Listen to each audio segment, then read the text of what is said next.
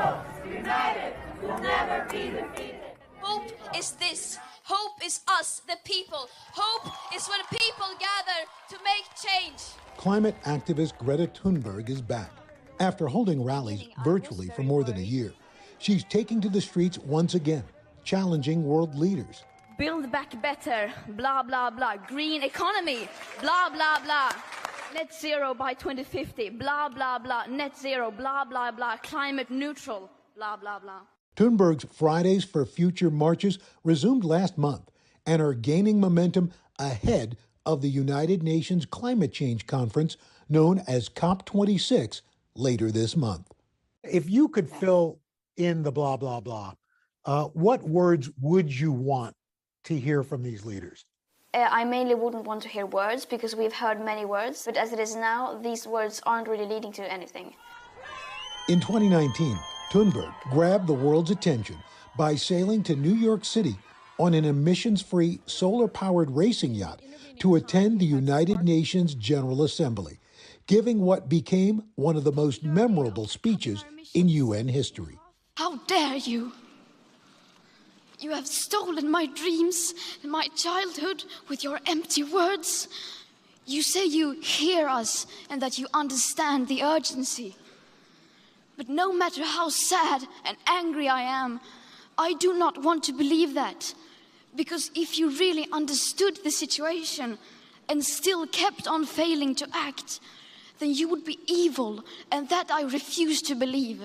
The then 16-year-old was angry that promises made in the 2015 Paris Climate Agreement were not being met, namely by the U.S. and China, who are responsible for 80% of global emissions.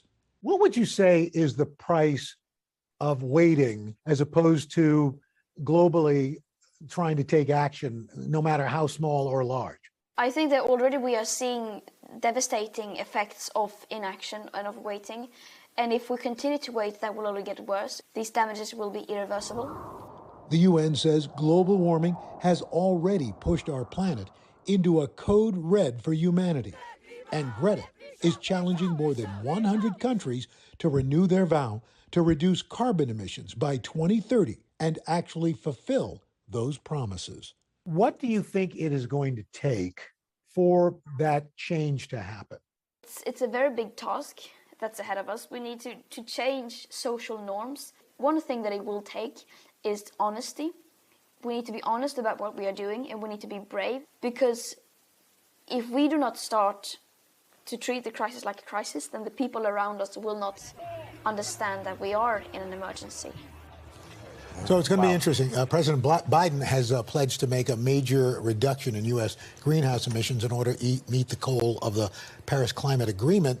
But, you know, you've got other countries, China being one of the other major ones, that needs to make those reductions as well. So it's going to be kind of interesting. And we conducted this interview as part of NBC's News partnership with Covering Climate Now. That's very good. She always brings it home. It's something else this morning I wanted to show you guys that brings it home for me. This side by side of what the Santa Monica Pier is going to look like in not even in 100 years, by 2100. So in our children's lifetime, they say, correct me if I'm wrong, Al, but if we continue on the trajectory of this emissions. If this is a 3-degree temperature rise, this is what the Santa Monica Pier will look like. At 2100. This is the lifetime of kids living today. Yeah.